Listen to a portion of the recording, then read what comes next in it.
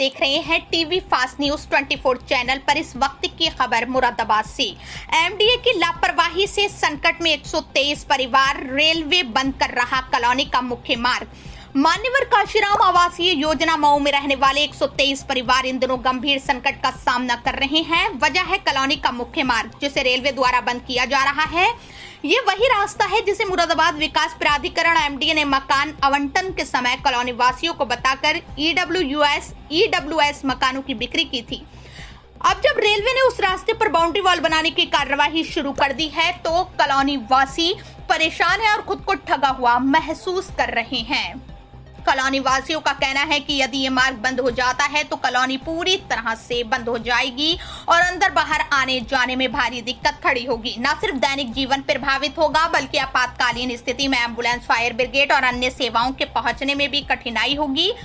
ऐसे में कभी भी बड़ा हादसा हो सकता है। जानकारी के अनुसार वर्ष 2009 में एमडीए ने मान्यवर काशीराम योजना के तहत मऊ में 123 ईडब्ल्यूएस मकानों का आवंटन किया था। मकान बेचते समय प्राधिकरण ने जो रास्ता दिखाया वो रेलवे की भूमि पर था। अब रेलवे विभाग इस रास्ते को अपना बताते हुए बाउंड्री वॉल खड़ा कर रहा है।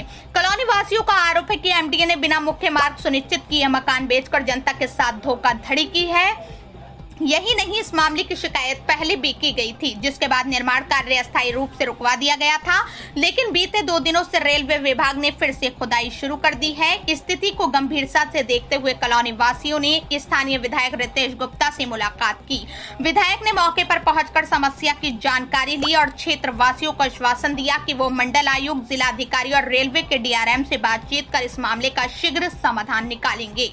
कॉलोनी वासियों का कहना है कि यदि समस्या का जल्द समाधान नहीं हुआ तो उन्हें अपने ही घरों में कैद होकर रहना पड़ेगा। उनका यह भी आरोप है कि एमडीए ने मूलभूत सुविधाओं जैसे मुख्य मार्ग की अनदेखी कर गंभीर लापरवाही की है। कॉलोनी वासियों की मांग है कि मुरादाबाद विकास प्राधिकरण को स्थायी रूप से कॉलोनी के लिए मुख्य मार्ग उपलब्ध कराना चाहिए ताकि आने वाले समय में उन्हें किसी भी तरह की परेशानी का सामना न करना पड़े। इस पूरे विवाद ने एक बार फिर एमडीए की कार्य प्रणाली पर सवाल खड़े कर दिए हैं।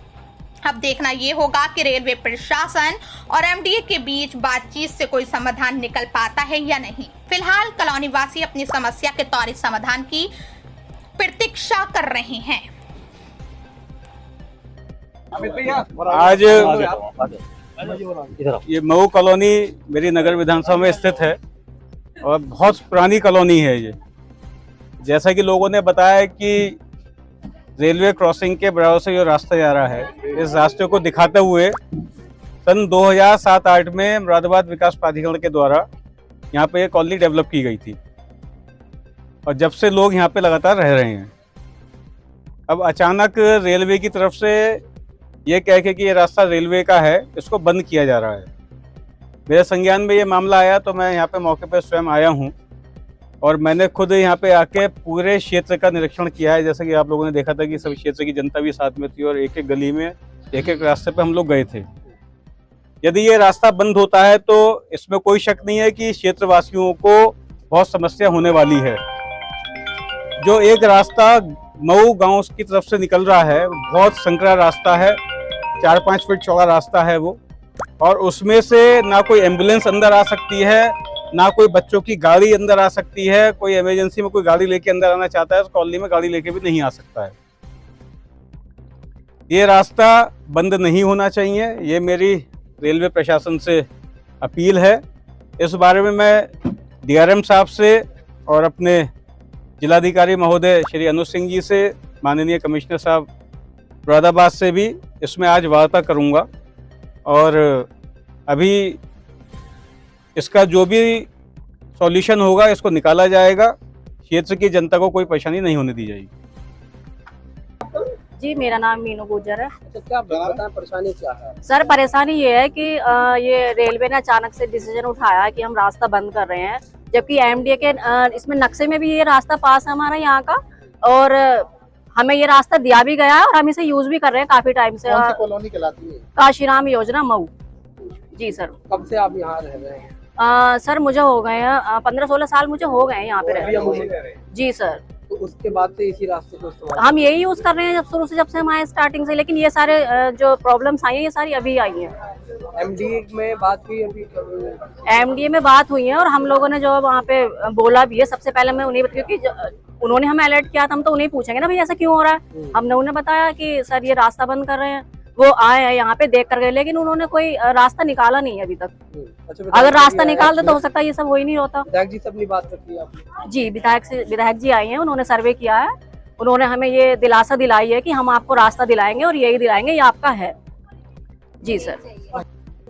जी बताइएगा, क्या समस्या है आपकी कॉलोनी में, कौन सी कॉलोनी चलाती है? सर हम लोग सभी मऊ काशीराम योजना मऊ कॉलोनी के निवासी है। कांट रोड पे ये आवंटन 2009 में किए गए हैं। 2007 में जिस समय बहन जी मुख्यमंत्री थी उस समय ये आवंटन सारे हुए हैं। 2009 में पोजीशन एमडीए ने हम लोगों को दिया है, तभी से ये मेन रास्ता हमको दिखा के ये मकान बेचे गए थे और हम इस रास्ते को यूज कर रहे हैं।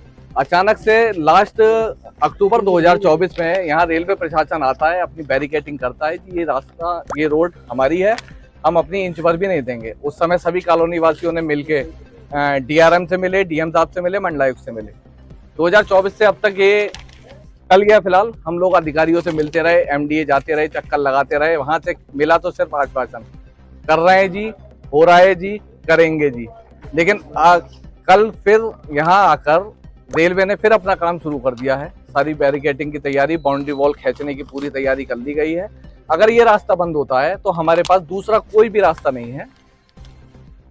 एमडीए के सारी नॉलेज में है, एमडीए ने नपाई कराई है। पिछले 1 वर्ष से लगातार ये रास्ते को लेके हम एमडीए ने यही रास्ता बताकर आपको? यही रास्ता उनके लेआउट में है, यही रास्ता उनके नक्शे में है, यही रास्ते पे उन्होंने सड़क बना के दी।